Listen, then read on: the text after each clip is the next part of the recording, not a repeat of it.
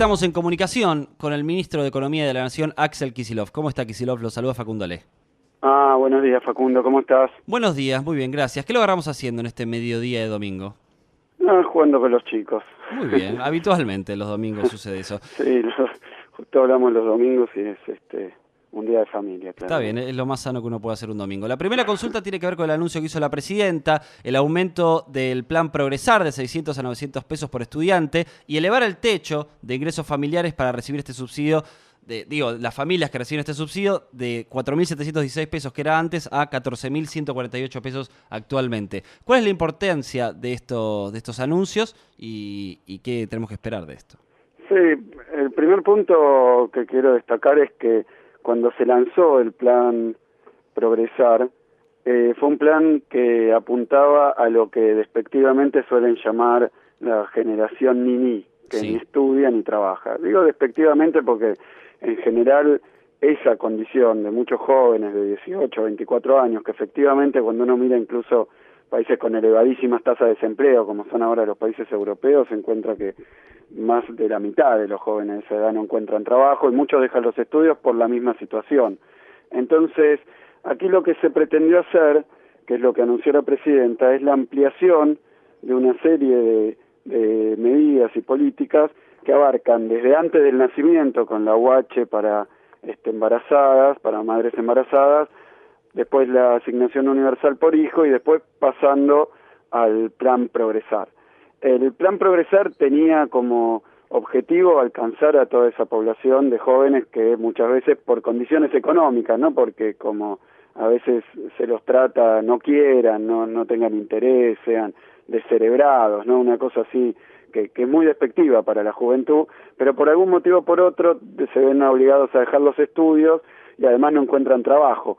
Entonces, con ese objetivo, que obviamente no es el caso de la Argentina, porque la tasa de desempleo hoy en el país está 6,9%, es decir, no son esos niveles tremendamente grandes, pero bueno, hay efectivamente un conjunto de argentinos de 18 a 24 años que por algún motivo no continúan los estudios o tienen dificultad para hacerlo. Entonces ahí se lanza el plan Progresar. El plan Progresar representaba a todos aquellos que estén estudiando, ya sea completando la secundaria, ya sea en un terciario, en una escuela técnica, en la universidad también, todos los que estén completando sus estudios y que lo acrediten, porque ese es el otro punto, y que lo acrediten, porque cada 6 meses tienen que enviar los certificados de que se encuentran estudiando, el Estado les reconoce 600 pesos a cada uno. Eso era lo que se había anunciado. Y eso tuvo un éxito realmente fabuloso. Llegó a casi 600.000 jóvenes que son hoy beneficiarios del programa Progresar, que están estudiando. Aproximadamente 80.000 de ellos volvieron a estudiar por este plan, que era un objetivo ya muy elevado, ¿no? No solo que sigan sus estudios, sino que aquellos que los dejaron los continúen, terminen la secundaria, se capaciten. La educación es uno de los ejes centrales de este gobierno. Bueno, pero ¿qué es lo que hace la presidenta con el anuncio del otro día? Profundizar este nuevo derecho que se ha creado. ¿De qué manera? En primer lugar, porque se había puesto un tope de ingresos familiares que era un salario mínimo, esos son los 4.716 que decías, es decir, que se le daba ese beneficio a aquellos que acreditaran un ingreso familiar no mayor a un salario mínimo. Pero lo que se ha hecho, la medida que se ha tomado es ampliarlo hasta 3 salarios, por eso los 14.000. Claro. A partir de ahora, los que tengan ingresos familiares de 14.000 pueden acceder al beneficio del plan Progresar, que además se ve incrementado de los 600 pesos en un 50% a 900 pesos. ¿Por qué esto? Porque el objetivo es que esto funcione, y veíamos los testimonios el otro día, para aquellos que por motivos económicos no pueden continuar con los estudios, lo puedan hacer. Y la verdad es que aspiramos a que de los prácticamente 600.000 argentinos que hoy acceden al Progresar, esta cifra se duplique, llegar al 1.200.000 más o menos, o 250.000. También se han anunciado otras cosas, por eso digo, este es el objetivo, y hago 2 comentarios más. Primero en cuestiones de la inscripción, etcétera. Se ha facilitado el trámite, se ha simplificado el seguimiento, también se ha determinado que aquellos que son padres de familia no se les computa el ingreso de sus padres como parte de su ingreso, ya son jefes de familia, entonces ellos se les computa exclusivamente su ingreso familiar como el propio y el de en todo caso su pareja, y con eso los 3 salarios mínimos, la simplificación, también se ha dicho que aquellos que son hijos de trabajadoras en domicilio o que directamente trabajan en los domicilios, esos también sean beneficiarios. Es decir, se ha hecho una verdadera profundización del plan con el propósito de llegar a más gente. Pero en segundo lugar quería comentar que esto tiene un objetivo, obviamente, de inversión, porque es inversión en educación, en esa franja etaria que necesitamos que esté estudiando, que esté preparándose, que esté capacitándose, pero también es una medida con un objetivo económico, porque sabemos también que estos niveles de ingreso significan que lo que hoy entra por el Plan Progresar también se convierte en mayor demanda para el mercado doméstico, porque esto va al gasto familiar y a través del gasto familiar permite incentivar el crecimiento de la economía. Entonces tiene un objetivo también macroeconómico, como lo tienen muchas de las medidas de inclusión social de este gobierno, diría todas, ¿no? Porque a la vez que se le reconoce un derecho a alguien, se le da un acceso a determinados bienes, se le da un ingreso adicional, ese ingreso adicional se vuelca al consumo, y entonces tiene un efecto multiplicador sobre la economía, porque esos 900 pesos por cada uno de estos 500.000, que ahora esperamos que sean unos 600.000, que sean 1 millón de jóvenes, va a volcarse al consumo y eso va a permitir que los empresarios argentinos, las empresas argentinas vendan más, tengan mayor mercado interno y eso a su vez va a permitir que den más trabajo y esta es la rueda virtuosa que permite un programa de inclusión social tan pero tan vasto, tan pero tan ambicioso como el que llevaron adelante primero Néstor y ahora Cristina Fernández de Kirchner. Y quiero hacer un comentario más porque pasó desapercibido, pero fue otro de los anuncios del jueves, por eso también quería hoy en esta comunicación resaltarlo, el hecho de la ayuda escolar para aquellos que cobran AUH. Ustedes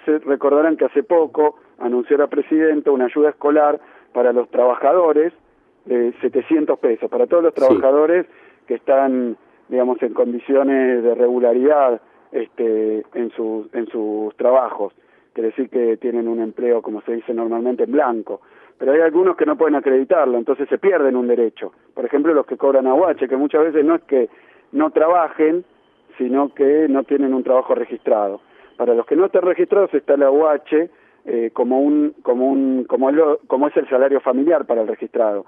Pero ahora también se agrega una ayuda escolar. ¿Por qué? Porque ahora en marzo, comienzo de las clases, se le va a dar también 700 pesos a todos los beneficiarios de AUH, que son padres también, y de esta manera le van a permitir acceder a la canasta escolar, que nosotros a través del Precios Cuidados ven como cada uno de los eslabones va formando una cadena, elementos que son consistentes y que le dan robustez a una política de inclusión social, pero también de crecimiento económico, porque eso es lo último que quería decir con respecto a esto, porque cuando nosotros pensamos, concebimos, cuando la presidenta resuelve dar un incremento en el Progresar o una ayuda escolar para todos los que cobran AUH, asignación universal por hijo, no solo está reconociendo un derecho, no solo le está dando una posibilidad de acceso a quienes no lo tienen, sino que además se está generando a través del gasto y del consumo, que esa inversión social representa, un incentivo para la producción en la Argentina y para la generación de más empleo, mejor empleo, más inversiones. Es decir, que toda esta verdadera cadena de medidas permite que la economía se mantenga en movimiento, además de reconocer derechos, ¿no? Kicillof, ¿qué tal? Te saluda Guido Stochik. ¿Cómo andás, Guido? Estuviste hablando del tema precios y esta semana el INDEC informó la inflación de febrero que fue del 0,9 y lo llamativo es que el informe del índice del Congreso, que ya hablamos varias veces de esto, estuvo cerca del 1,5 e incluso Patricia Bullrich, para citar a alguien, por ejemplo, reconoce de alguna manera extraña, porque dice una situación mejor en relación de lo peor, dice. Y ya se va reconociendo la baja, ¿no? La tendencia a la baja. ¿Por qué se da esto? Bueno, es una manera de reconocer lo que tienen. ¿Por qué se da esto y cuál es el programa que ustedes tienen en mente para sostener esta baja a lo largo del año? Miren, yo he charlado esto con ustedes, pero machaco la cuestión porque efectivamente es importante que todos los argentinos lo sepan. En primer lugar, lo que quiero decir es que enero del año pasado, o sea, hace más de un año y algún mes, nosotros tuvimos un crecimiento de los precios medido por el IPC-NU, que es nuestro índice de precios nacional. Nadie tiene, además de nosotros, un índice nacional, porque por supuesto esto solo lo puede hacer el Estado, metodológicamente aprobado hasta por el propio Fondo Monetario Internacional, que es un estándar en estadísticas, no es que hayan venido a condicionarnos las políticas económicas, pero los manuales de estadísticas están en manos del Fondo Monetario Internacional, entre otras organizaciones. Es decir, una nueva metodología, más alcance, más productos, un privado más no lo puede variedades. hacer. Ahora el índice de precios no mide solo como era el IPC viejo, Capital y Gran Buenos Aires, AMBA, la zona metropolitana, sino que mide todo el país, pretende reflejar la situación en toda la ciudad de más de 5.000 habitantes. Y eso arrojó 3,7% en el mes de enero del año 2014. Y después 3,4% en febrero. Y yo me acuerdo que en aquel momento estos índices de, por ejemplo, el lamentable, triste, vergonzoso, vacío y oscurantista índice que publican algunos diputados de la oposición. Yo la verdad que si me piden que alguna referencia en estadística, jamás pensaría en esta gente, pero diciéndolo claramente, ellos decían 6%. Y me acuerdo que se la pasaron recorriendo los canales de televisión, con esa comparsa que arman muchas veces con economistas, que también son de partidos políticos, que se van de técnico, pero son de partidos políticos, o representan intereses económicos, y recorrieron todos los canales diciendo, vieron, la inflación de enero, el año pasado, fue de 6%, así que ahora uno multiplica 6% por 12 y vamos a tener 60, 70% de inflación en el año 2014. Así empezamos esta película, ¿no? ¿Qué es lo que decíamos nosotros? Decíamos, no, la variación de precios de enero del año pasado tiene una explicación clara que tuvo que ver con variaciones cambiarias. En aquel momento, bueno, hablaban de un problema de Argentina, ahora vemos que este problema de las monedas y los movimientos de las monedas también está ocurriendo en otros países de la región, en países emergentes como Brasil, que lo tenemos acá al ladito y ha devaluado casi un 50% en los últimos meses. Sí. Es decir que está viendo esos movimientos en las monedas. En Argentina tuvimos una corrida cambiaria, la enfrentamos, la denunciamos, la detuvimos y a partir de ahí tenemos una muy, creo yo, envidiable para otros estabilidad cambiaria y el manejo de nuestra política económica en lo que es lo fiscal, lo monetario y lo cambiario. Pero bueno, en aquel momento hubo un crecimiento de los precios de 3,7%. Y lo que dijimos es que en adelante íbamos a ver una desaceleración paulatina pero permanente de los precios hacia fin de año y al año 2015, que es este. Y nosotros lo vemos porque efectivamente a medida que van apareciendo los nuevos meses, ese 3,4 fue reduciéndose hasta que a fin de año alcanzó el 1% mensual. Y después eso fue diciembre, enero fue 1,1, ligeramente mayor porque hay un elemento estacional por las vacaciones, entretenimiento y otros rubros, y febrero continuó la desaceleración y llegó a 0,9%. Ese 0,9% es el que marca el IPC-NU. Ahora, este propio índice de la oposición, que digo que ya es deplorable, ya es deplorable lo que hicieron. Me acuerdo que ellos decían en ese índice opositor que era un promedio de todos los demás índices privados. Entonces yo mandé a que me hicieran ese ejercicio, tomar todos los índices privados, que hay como 6, cada vez, digamos, uno podría ver cuál tiene menos rigor, pero supongamos que los tomamos, le hacemos el promedio, y siempre el índice de Patricia Bullrich, el índice Bullrich, daba más que todos los que promediaba. Claro, era una manera de promediar distinta. No, pero era la reinvención de la matemática lo que estaban haciendo, porque un promedio que da más que todos los números que uno está promediando, está mal hecho. Entonces cuando empezamos a denunciar esto, empezaron a poner, miren porque por ahí está, 2 decimales. Decimales. Siempre presentaban un decimal, pusieron 2 decimales, como para decir, ven, es un promedio. Y un rigor. No, parece chiste. Ahora, quiero decir algo, aún los índices de la oposición, aún los índices de este índice de Patricia Bullrich, daba 6 en enero del año pasado, y ahora está dándole, creo que le dio 1,5, 1,48. 1,48, exactamente. Es un cuarto de lo que decía que había. La inflación de ellos, inventada por ellos, pero aún en la cabeza de ellos, tienen que reconocer que hubo una enorme desaceleración, pero de un cuarto, porque 1,5 por 4 da 6. Quiere decir que lo que dijeron en enero, ahora dicen un cuarto. Por eso ella dice, está mejor, pero bueno, con un giro retórico que me mencionaba recién, que creo que es un trabalengua que ni se entiende, pero es como para no reconocer lo que ahora, esas mentiras que decían, bueno, ahora las tienen que acomodar un poco y decir 1,5, que yo digo, el índice, el IPC no da 0,9, pero tomemos el 1,5, otra consultora, me parece que Melconian dio 0,9. Claro.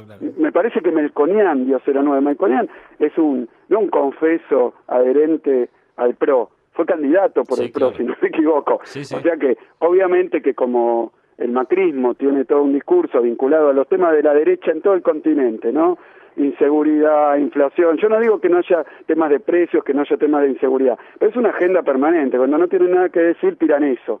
Pero ellos mismos ahora reconocen que hubo una enorme desaceleración, porque si era 6 y se volvió 1,5, como dicen ellos, uno tiene que reconocer que la hiperinflación que vaticinaban, porque hablaban de hiperinflación, y bueno, se pulverizó, no existió. Ministro, sí, perdón. Yo lo que digo es que nosotros no creemos que esto sea arte de magia. Y otro tema, porque uno le pregunta si se le ocurre a algún periodista, a uno de los afectos a ellos, preguntarle cómo lo calcula, no hay respuesta. No hay respuesta cómo lo calcula. Pero cuando uno le pregunta por qué pasó esto, y lo que dicen, porque lo escuchaba el otro día, un poco admirado de la creatividad de esta gente y de las contradicciones que son capaces de soportar en su propio discurso, porque dicen, no, esto es por la recesión. O sea, los precios bajan por la recesión o se desaceleran. Pero hace poco decían que estábamos en Argentina en estanflación, o sea, recesión con mucha inflación. Claro. Así que antes la recesión generaba inflación, ahora genera deflación. La verdad que se pongan de acuerdo, porque si no, yo sinceramente te lo digo, no puedo discutir, no puedo ni dialogar, porque una persona que te dice, mira, ahora hay mucha inflación por la enorme crisis, y ahora no hay nada de inflación por la enorme crisis, bueno, ponete de acuerdo. Si tu explicación es una, sostenela, no sé, te digo, les pido, 3 meses sostengan el mismo argumento, un ratito, ¿no? Porque esto me hace acordar, si me permitís, otro tema que tiene que ver con la crisis, los títulos de deuda, que también es gracioso y gracioso o tragicómico, ¿no? Porque la verdad, y yo después te hablo en positivo y te explico un poco qué pasó con los precios, porque la verdad que la gente deberá querer saber ¿por qué se da la baja? Nuestro decía 3,7 y ahora dice 0,9. Si eso es un proceso natural, si tiene que ver con políticas, una batería de políticas que aplica el gobierno, diferentes medidas. Yo digo que es eso, que nosotros después de enero, que sí, yo reconocí preocupación por la evolución de los precios, y bueno, lanzamos el Precios Cuidados, lanzamos un montón de mesas de competitividad y bueno, un observatorio de precios, es decir, estamos trabajando muy intensamente para que no haya abusos, para que no haya elementos especulativos con los precios, para que no haya transferencia de variables, ¿no? Porque el empresariado muchas veces dice los precios suben porque hay mucho salario, los precios suben porque hay variación del tipo de cambio, los precios suben, todo es excusa para que los precios suban, pero la verdad es que muchas veces los precios suben porque hay determinados sectores muy concentrados que son los únicos que venden un producto y le ponen el precio que quieren. Entonces hay que controlar todo esto, no reprimirlo, pero controlarlo, porque es en perjuicio del bolsillo de la gente. Ahora te decía la otra cuestión de este tema de la crisis, ¿no? Todo el año pasado estuvieron también bombardeando con que había una enorme crisis, algunos decían peor que la de 2001, mirá hasta dónde llegaron, tan mala como la de 2009, y yo siempre que hablé reconocí que el mundo está sufriendo realmente una situación muy complicada, con países que hasta hace poco, como España, pues estuvimos ayer con representantes de España, de Portugal, de Irlanda, de Grecia, países que eran muy fuertes en sus economías y que ahora tienen tasas de desempleo cercanas al 25%, o sea, una debacle, un desastre social. Y eso está pasando en el mundo. Y lo mismo China está presentando, que crecía al 11%, ahora el año que viene algunos hablan que va a crecer menos del 7%, sería el peor número en 25 años. Obviamente crecer el 7% es bastante, mucho, pero para China significa una desaceleración muy fuerte del crecimiento. Y todos esos que hablaban de crisis, bueno, yo creo que el verano de alguna manera les mostró que no, nos mostró a todos los argentinos, porque todo el mundo estaba, creo que querían crear pánico, y en parte lo crearon, porque si a vos todos los días te dicen vas a perder el trabajo, hay una crisis profundísima, y bueno, capaz que guardar la plata, ahorrás... Sí, te cuidás un poco más. ¿Cómo? Te cuidás un poco más. Claro, pero el verano, donde después de un año de machacar con que todo andaba mal y peor y que era un desastre, la gente se dio cuenta que no le echaron del trabajo, que no le bajaron el sueldo, que la inflación no fue del 60%, que no hubo un tarifazo, que no se fue todo al bombo, y la gente se fue de vacaciones, tranquila, hizo lo que nosotros queremos y deseamos, pues no queremos ni que digan que es buenísimo, ni que digan que es pésimo, queremos que la gente viva tranquila, disfrute lo que tiene, también aspire a más, pero la verdad que ese clima de pánico que tratan de generar todo el tiempo, de desborde que tratan de generar todo el tiempo, porque recuerdo, y quiero repetírselo a todos los argentinos, no estoy hablando de algo que pasó en 1976, algo que pasó en el 89, estoy hablando de algo que pasó el verano pasado y el año pasado, en 2014, donde decían estos mismos medios, estos mismos economistas, con intencionalidad, decían que la economía andaba pésimo, y no era así. Entonces yo lo que quiero, que todos los argentinos tengamos un poco más de confianza y observemos lo que nos pasa a nosotros, no tanto lo que dice el diario que nos pasa. Ministro. No tanto sí. lo que dice el diario que nos pasa. Entonces, me parece que ahí hay algo importante para decir, una enseñanza importante de esta situación, y quería relacionarlo con algo que están agitando hace algún tiempo, que a mí me parece interesante charlarlo también, porque es en el mismo sentido. Como la crisis que trataron de generar en la cabeza de la gente no ocurrió en la realidad, ahora mirá, y vi 2, 3 notas en este sentido que me llamaron la atención y quería ya ponerlas sobre la discusión. Ahora, por ejemplo, el precio de los títulos argentinos, ¿no? ¿Cómo está la deuda argentina? La deuda argentina está cotizando más en este momento, los títulos de deuda argentina, más que antes de lo de Griesa.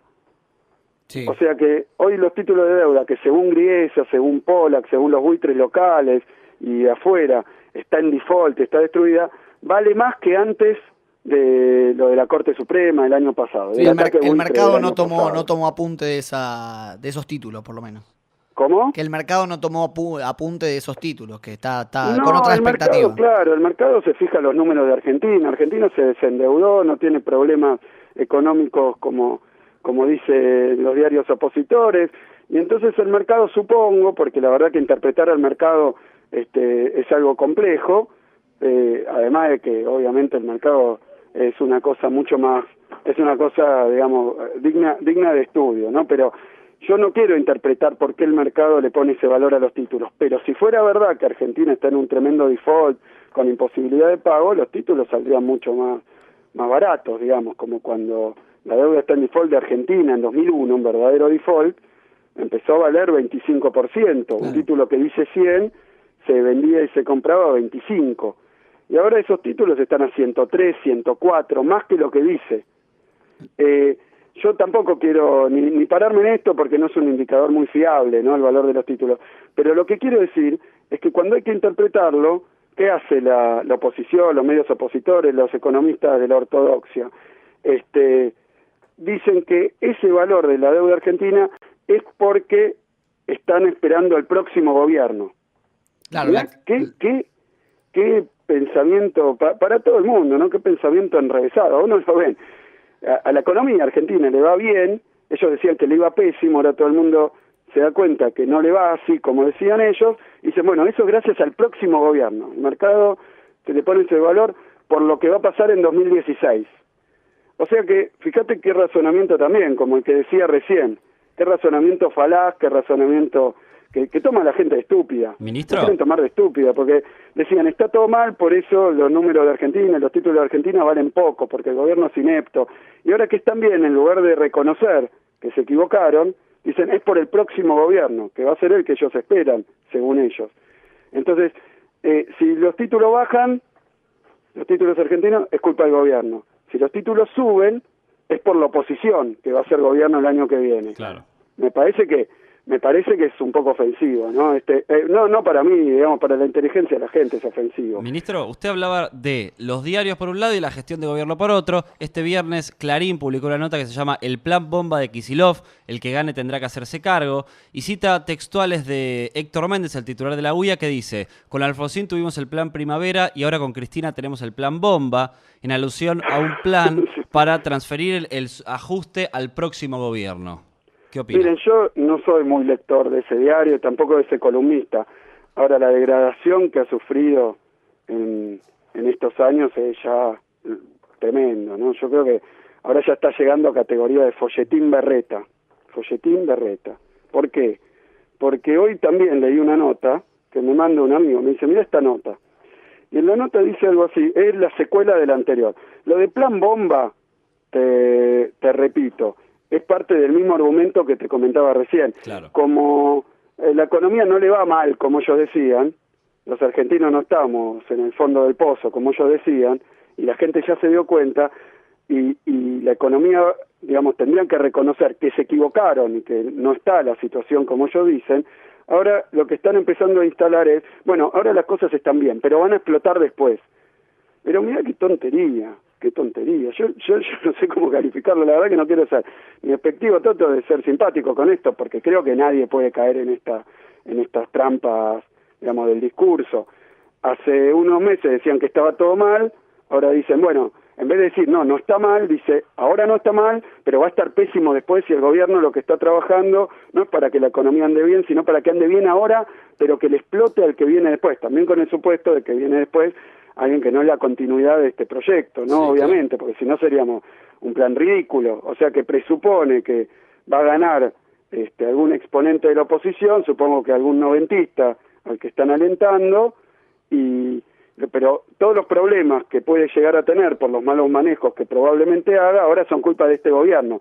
En lugar de reconocer de que las cosas no están mal, dicen van a explotar más adelante. Y hoy leí una nota, quiero hacer un comentario, porque hoy leí una nota que ya ese folletín tomó, digamos, un perfil directamente grotesco. Porque hoy leí una nota que cita un montón de declaraciones puestas en mi boca de una conversación que yo teóricamente tuve con Méndez después de esa nota del plan bomba. Hay un montón de textuales míos, están encomillados. Supuestamente, yo lo vi hoy, supuestamente yo le grité a Méndez, lo amenacé a Méndez para que desmintiera lo del plan bomba, ¿no? Sí. Y la verdad que es una denuncia fulera, ¿no? Porque supuestamente Méndez dijo eso, Sí. ¿no? Y después yo, enojado, fui y lo amenacé para que retire lo que había dicho. Y en los textuales aparece como si usted lo está amenazando a Méndez para que vaya para atrás. Amenazando, gritando, usan comillas, negrita, toda la batería de recursos gráficos que tiene. Sí. Ahora la verdad que esto me pone incómodo, porque yo sí tuve una charla con Méndez después de esa nota. ¿Y qué Fue pasó por ahí? mensaje de texto. La verdad que a mí me resulta incómodo, pero como me están acusando de haberle gritado al presidente de la Unión Industrial Argentina, haberlo amenazado, que son todas cosas graves de este Bonelli, y además cita comillas. Yo creo que eso es un recurso que usan a menudo, Clarín lo usa mucho, es citar comillas. A mí me pasó muchas veces, comillas mías de cosas que nunca dije. Un falso textual, digamos. Sí, pero eso es un problema periodístico grave, por eso digo un folletín, es otro género, no es periodismo. Si yo en el diario uno supone que lee cosas cercanas a la verdad, digamos, más o menos. A veces. Ahora, si ponen textual toda una conversación que yo nunca tuve, Claro. que nunca ocurrió, porque yo no hablé por teléfono con el señor Héctor Méndez, ni siquiera me apersoné y hablé personalmente con él, no pasó eso no pasó. Ahora, ¿qué es lo que sí pasó? Cuando yo leo la nota esa del plan bomba, que es el mismo recurso, es decir, las cosas, en lugar de Bonelli reconocer, miren, toda la pavada que dije estaban mal, ahora dice no, la cosa anda bien, pero por un tiempo, después va a explotar y deliberadamente se está armando. Yo creo que esto ya, por eso, es la conspiración de la conspiración de la conspiración. Si uno en economía pudiera manejar la cosa para que ahora las cosas anden todas bien y estallen dentro de no sé cuánto, esto es todo un delirio, pero bueno, se lo puso en boca Méndez, entonces yo le mando un mensajito de texto, pues yo tengo una relación personal con Héctor Méndez, tengo una relación personal, nos hemos visto bastantes veces, hemos hablado de estos temas, pero también de otros temas, es decir, tengo una relación personal. ¿Y qué le dijo Méndez? Él dice de afecto, y yo creo que también, pero estas cosas, bueno, yo le puse en el mensajito, ¿viste la nota de Bonelli? Mensaje de texto, que es como me comuniqué con él. Y él me lo desmiente a mí. Me dice, eso nunca ocurrió, grabamos las conversaciones en la oía, yo no dije eso. Me dice algo así como claramente para todos. Claro, esos textuales tampoco existían. Los de él, dice Méndez. Los de Méndez. Los anteriores, Claro. los del Plan Bomba tampoco. Él Ni dice los que nunca pusieron dijo de del Plan usted, Bomba, ni y los que de nunca Méndez. pasó esa reunión que decía, bueno, eliminar la segunda.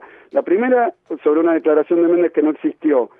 Y la segunda sobre una amenaza mía a Méndez que tampoco existió. Entonces yo le contesto, me dice, no, eso no es así. Entonces yo le digo, ¿y por qué no lo desmentís? Si no es así. Entonces él me contesta algo así, que tal vez tiene razón, bueno, porque es darle demasiada importancia a un tema que es intrascendente. Entonces yo le digo, bueno, pero si de mí dicen que yo digo algo contra vos, yo lo desmiento, porque no me gusta que a mí me usen. Por eso, a mí lo que un poco me preocupa es la huida arrodillada o absolutamente dominada por los intereses de Manieto, eso me preocupa. Claro. Porque si están usando a la Unión Industrial Argentina en cabeza de su presidente para hacer una maniobra contra el gobierno, instalar que la UIA piensa algo que me dice Méndez, que nunca dijo, y después cuando yo le mando ese mensaje, que hay un intercambio de mensajes, digamos, que es lo único que hubo, que él me dice, después sí, lo puedo desmentir si me preguntan, es decir, todo en tono cordial, ninguna amenaza, ningún apriete, todo por mensajito de texto, que es muy difícil darle un tono, pero mi pregunta primero, ¿viste la nota de Bonelli? Y él me contesta, no, la verdad que yo no dije eso. Preguntale si yo dije eso, yo con Bonelli no hablo, imagínate. Claro. Si cuando no hablo y hablo con otro, se inventa toda la conversación, Si si llegás llego a a hablar hablar con él, madre mía. Sí. ¿Y cree que lo va a desmentir Méndez? ¿Cómo? ¿Cree que lo puede llegar a desmentir Méndez o es algo ya descartado? No sé, como él dice que no dijo eso, y también ahora debería desmentir que yo le grité, lo apreté, amenacé a la huida, Sí. ya tiene 2 desmentidas para hacer. Yo creo que sí, porque es un hombre, me parece a mí, que no se va a prestar a estas cosas, porque es muy desagradable. Si a mí me lo hicieran, digamos, en un diario, qué sé yo, de argentino, qué sé yo, cualquier diario, dice Kicillof, o bueno, Méndez lo amenazó a Kicillof y le pegó unas cachetadas y no sé qué, y le dijo tal cosa y tal cosa, todos van a pensar que yo fui y le dije al diario. Claro. Y si es mentira, bueno, a mí me parece que tengo que desmentirlo, me veo obligado, porque la verdad es que están acusando a alguien en mi boca, usándome a mí, están usándome a mí para dañar a alguien. En este caso, como ese diario se dedica todo el tiempo a tratar de hacer daño, no al gobierno, digamos, muchas veces al país en su conjunto, por sus propios intereses inconfesables. Entonces, la verdad es que es una situación compleja. Pero bueno, yo iba al tema del episodio de Méndez. Miren, ya pasó otra vez con Méndez y también pasó lo mismo y lo desmentí, creo que por esta radio, que no sé qué había dicho, no sé si el mismo cronista, el mismo autor de ciencia ficción que algo vinculado a columnas de opinión, porque habla de conversaciones que no existieron, entre comillas. Yo digo, eso es mala praxis periodística. Yo creo que ya estamos llegando a un punto donde es mala praxis periodística. Yo estoy abierto a cualquier crítica de ese cronista, de ese diario, pero ya citarme a mí con cosas que no dije, que además son amenazas, que no hice, yo creo que además toda la conversación con Méndez fue cordial, por SMS, que es más difícil, ¿no? Pero no hablamos por teléfono. Y tampoco bueno, pero volviendo al tema central, me parece que lo que hoy quiere instalar el diario Clarín, como le fracasó, se le hundió la maniobra de hacernos creer a todos que estábamos en el peor de los infiernos económicos, y fue el verano, fue la realidad lo que lo hundió, ni siquiera el gobierno, la realidad de nuevo, la realidad la desmiente a Clarín con estas cosas. Ahora ve desaceleración en los precios y lo trata de ocultar por todos los medios, pero después se inventa, capaz que inventa que desaceleraron los precios ahora porque estamos preparando una hiperinflación en 2017. No sé qué es lo que van a inventar, pero me parece que esa idea de que es el próximo gobierno que va a venir, que ellos esperan que venga, el que genera las buenas noticias, ya es un poco... ¿Esto es una especie de salvavidas para su candidato presidencial de alguna manera? Y seguro que que ayuda, seguro que ayuda, o piensan ellos que ayuda. Lo que pasa es que ya hemos visto con toda la cuestión judicial, que también es lo mismo. Yo me acuerdo, disculpen que haga el comentario sobre esto, pero el día que se anuncia que Mariano Recalde va a ser candidato en Capital Federal, una excelente noticia desde mi punto de vista, una persona terriblemente capacitada para la gestión, una persona con la que yo he compartido también el renacer de Aerolíneas Argentinas, realmente desde sus cenizas, como el ave fénix. Mira, habría que cambiarle el cóndor por el ave fénix de logo, porque la verdad que la presidenta, cuando decide rescatar Aerolíneas Argentinas, pasa de tener 26 aviones, todos destrozados por la gestión privada, destrozados, completamente una flota completamente incomprensible, heterogénea, que no servía prácticamente para nada, a tener hoy 70 aviones, 3 flotas distintas para largo, mediano y largo alcance y corto alcance, todos aviones de 7 años de antigüedad en promedio, cuando tenían 19, era la flota más vieja del mundo. Bueno, pueden seguir insistiendo en que es una mala gestión, pero ese día, al otro día sale en Clarín, que de fuentes judiciales, que Mariano Recalde tiene una causa, así que obviamente no es todas esas cosas las utilizan para la campaña política, porque ya son un órgano político. Es la oposición, a veces están a la vanguardia de la oposición, Clarín aparece a la vanguardia de la oposición. ¿Cómo? Pegándole más al gobierno y tratando de armar, les pide unidad, les pide tal cosa, los critica. Pero bien, esa es la realidad que nos toca vivir. Yo creo que la gente ya está un poco, por decirlo así, curada de espanto de estas cosas. Ahora, la operación esta de la que acabamos de hablar, yo espero que no dañe la relación que yo tengo con Héctor Méndez o con tantos dirigentes industriales y de la propia UIA, con los cuales tengo una relación como ministro de Economía, la tenemos que mantener, pero que ya los usen de manera inmunda, como pretende hacer Clarín, para dañar al gobierno, para beneficiar a un candidato opositor. Bueno, esa especie de batalla contra sus propios fantasmas que lleva adelante ese diario, me parece lamentable. Esta semana Aníbal Fernández no descartó que se actualice el mínimo no imponible en ganancias. Dijo la presidenta, monitorea día a día cuál es el momento para tomar la decisión. ¿Hay que esperar una resolución con esto en estas semanas? Perdón, oí mal, ¿me repetís? No, que esta semana, decía, Aníbal Fernández no descartó que se actualice el mínimo no imponible, o sea, el impuesto a las ganancias, si hay que esperar o no una resolución sobre este tema. No, bueno, sobre esto venimos hablando largo. Yo también creo que parte de esto es una agenda creada por los medios hegemónicos, dominantes. ¿Por qué? Porque la verdad es que vos fíjate, no pasó nada de lo del año pasado, ni se descontrolaron los precios, ni los salarios, ni el tipo de cambio, ni el déficit fiscal, no pasó nada de lo que habían mentido el año pasado. Pero van armando una agenda de conflicto, ellos arman una agenda de conflicto permanente con diferentes sectores, que el gobierno tiene problemas con Brasil, entonces cuando instalan el tema, después pareciera que cuando yo me junto con algún representante de Brasil, tengo que hablar del conflicto que inventó un diario opositor. Y no es así, después en las reuniones se habla de otra cosa. Yo creo que con lo de los acuerdos con China pasó lo propio, lo mismo, ¿no? Que se firmaron importantísimos acuerdos con China, fuimos ahí a reunirnos con la UIA y la verdad que aclaramos las dudas, pero las dudas eran plantadas muchas veces en ese caso había una importante empresa siderúrgica también que aparentemente filtró documentos internos de la UIA, pero bien, quieren generar conflictos por todos lados. Con el caso de ganancias es lo mismo. Hoy yo creo que un 11% de los trabajadores, tributan el impuesto a las ganancias cuarta categoría, un 11%, que son los que más ganan. Dentro de ese 11% se pagan diferentes alícuotas.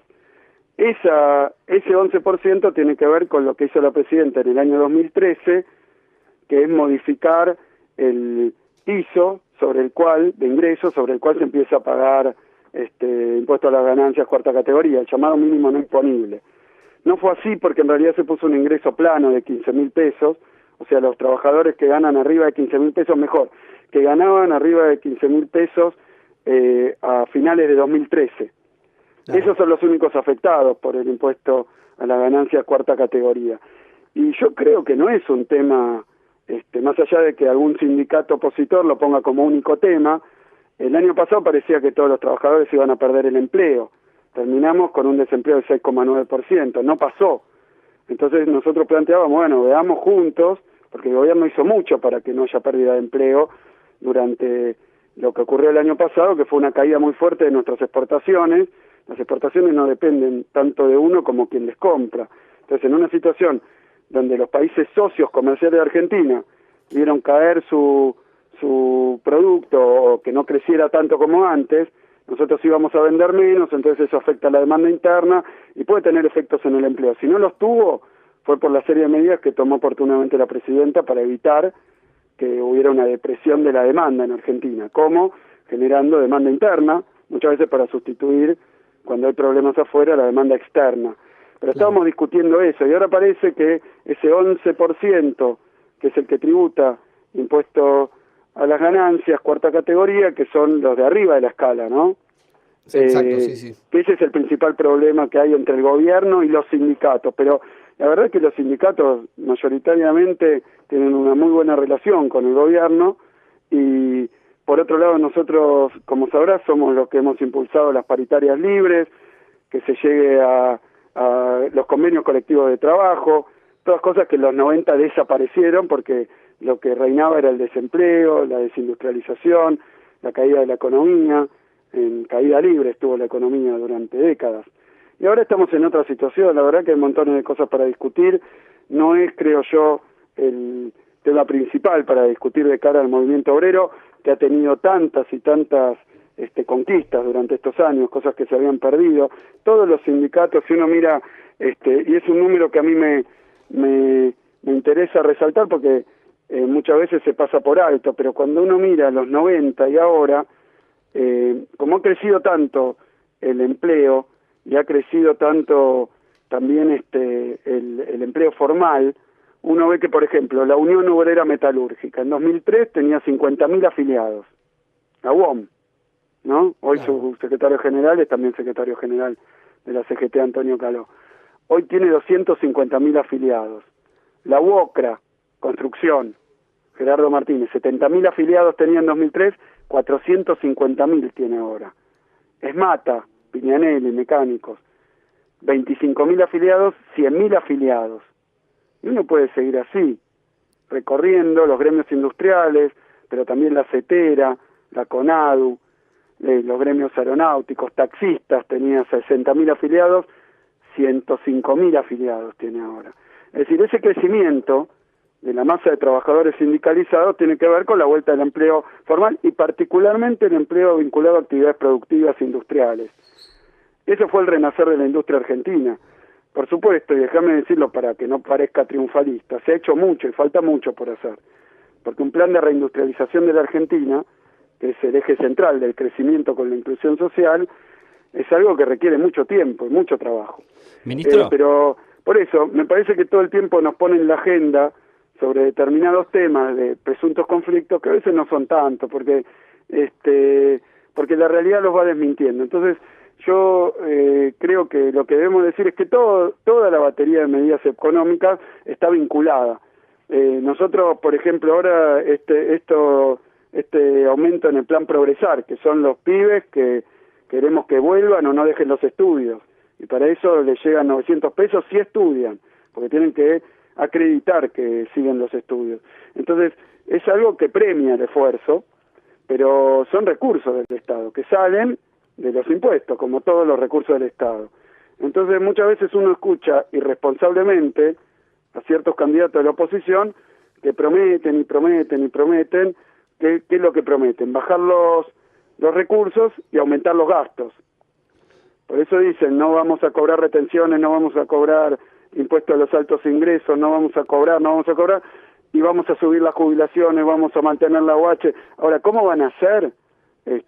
O son realmente hechiceros, o tienen un plan bastante que deberán explicar, ¿no?, a la gente antes de seguir prometiendo. Clarísimo. Ministro, yo digo esto sí, porque algunos economistas vinculados a otro candidato estuvieron diciendo, incluso uno creo que es candidato en Capital Federal, que hay que devaluar, de nuevo la devaluación. Cuando El año pasado, en enero, hubo un corrimiento cambiario. Todos esos mismos economistas criticaron la llamada devaluación. Sí. Entonces ahora la piden y dicen que la van a hacer. Y tal vez quieren echarnos la culpa a nosotros, que es parte del plan bomba, pero me parece que la bomba la están armando ellos, ¿eh? Están armando una bomba, y esa bomba no la quieren explicitar. ¿Cuál es la bomba de los economistas ortodoxos de la oposición? Quieren generar un clima que justifique el ajuste. Y yo ayer decía, ¿no? Ellos han aceptado que hay determinadas conquistas, como derechos tan importantes como jubilaciones, con ese plan de inclusión jubilatoria y la actualización automática de las jubilaciones, la UH, ahora seguramente el procrear, el progresar, la recuperación de YPF, de aerolíneas, son cosas que yo creo que no pueden dar de baja. Y Ahora, sí. no se trata de eso, seguir avanzando y profundizando el crecimiento y la inclusión, seguir mejorando para los argentinos, Ministro. seguir mejorando. Se trata, como nos muestra la presidenta todos los días, aún en los peores momentos de ataques más duros, siempre se han dado pasos en la misma dirección. Reconocer derechos, incluir, redistribuir el ingreso, generar crecimiento, generar más industria. O sea que este es un plan que debe seguir. Y no alcanza, creo yo, no nos debería alcanzar a los argentinos con que los tipos prometan un ajuste encubiertamente, pero cuando les preguntan en concreto, ¿pero qué? Entonces, si usted dice que hay mucho gasto público, ¿qué va a hacer? ¿Recortar las jubilaciones? No, las voy a hacer crecer. Y si hay mucho gasto público y mucho déficit fiscal, como dicen todos ellos, ¿cómo lo va a arreglar? ¿Bajando los impuestos? No, bueno, vamos a ver. Esa es la bomba que están armando. Están tratando de armar una bomba que es el ajuste y las políticas de los 90. Clarísimo. El sobreendeudamiento, salir a pedir, no sé, algunos hablaba de 100.000 millones de dólares al extranjero. Sepan bien los argentinos también, porque cuando uno pide plata masivamente y con los mecanismos del Fondo Monetario, si no, miren lo que está pasando en Europa, ¿no? Con Grecia, con España, los ajustes que te piden para prestarte. O sea que esos 100.000 millones de dólares no van a venir solos, van a venir con la liquidación de la capacidad que tiene el Estado para seguir generando oportunidades en Argentina. Ministro, sabe que ya son las 12, ya llega el próximo programa. Le queremos agradecer mucho por esta entrevista, siempre es muy interesante hablar con usted y si le parece hablamos próximamente. Bueno, buen día y muchas gracias. Por favor, gracias a usted, que tenga un buen domingo. Axel Kicillof, Ministro de Economía de la Nación.